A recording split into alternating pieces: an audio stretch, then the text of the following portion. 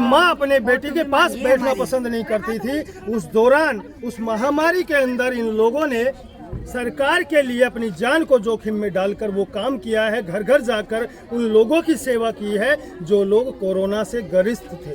सोचिए, सरकार 2023 के विधानसभा चुनाव हो या तमाम चुनाव हो, उनमें बातें बड़ी बड़ी करती है, मैनिफेस्टो तैयार किया जाता है, गरीबों को सहायता दी जाएगी, उनको युवाओं को रोजगार दिया जाएगा, मगर सरकार सत्ता में आते ही बेरोजगारी की चरम को सीमा को ऊपर तक पहुंचा देती है और बेरोजगारों को अपराध करने के लिए मार्केट में छोड़ देती है, जिससे दिनों दिन अपराध बढ़ रहे हैं।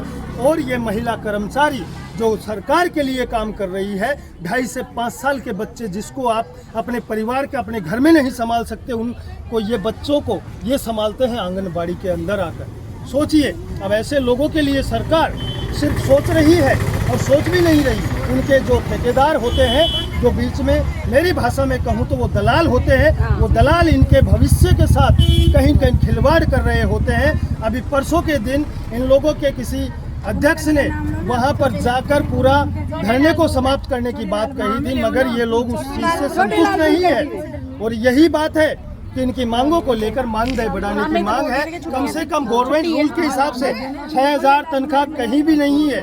मैं आपको बताना चाहूँगा, अगर सरकार भूल रही है तो आपके नियम और कायदे कानून के अंदर गवर्नमेंट रूल में प्राइवेट क्षेत्र की भी तनख्वाह कम से कम 18 से 15,000 रुपये मिनिमम तनख्वाह है, मगर उसके बाद सरकार खुद अत्याचार कर रही है। उसका जिम्मेदार कौन है ये तो आप लोग बाद में बताना, मगर मैं इन्हीं से लगातार बात कर रहा हूँ।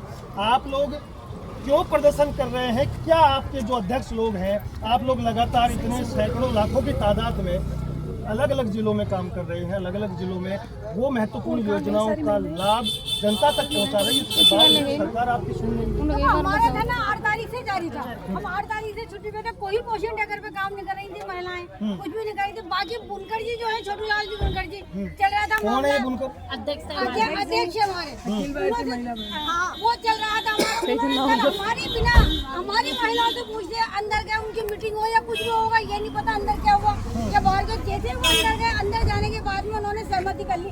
हमारी महिलाओं से जब चल रही है और वो हमारे अध्यक्ष हैं, अध्यक्ष है तो उनको बोलना चाहिए था, महिलाओं से पूछना चाहिए था बाहर आके। भाई 2 महिलाओं को लेके अंदर वार्ता जब चल रही है तो जो उनके संग चली वो तो उनको पता, बाहर की महिलाओं को आगे बताना चाहिए था आप लोग सहमत हैं या नहीं है। नहीं है, हमारी बिना अनुमति के उन्होंने समझौता कर लिया। इसका कारण हमारी तो मांगे ही पूरी नहीं हुई।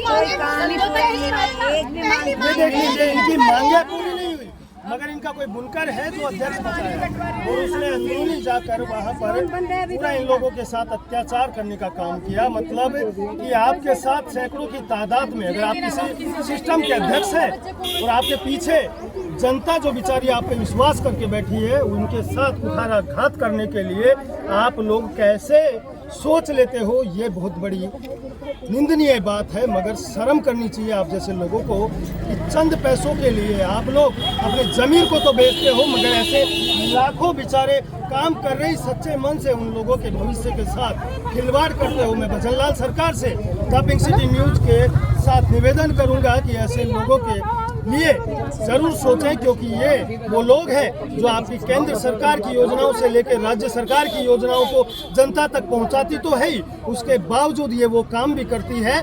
कुपोषण जैसी बीमारियों से पीड़ित बच्चों को पल्स पोलियो की दवाई घर घर जाकर पिलाती है। मैं लगातार ऐसे ही खबरें दिखाता रहूंगा। देखते रहे द पिंक सिटी न्यूज के साथ सुभाष बैरवा, जयपुर। मैं कह रहा हूँ इनसे है ना 2 काम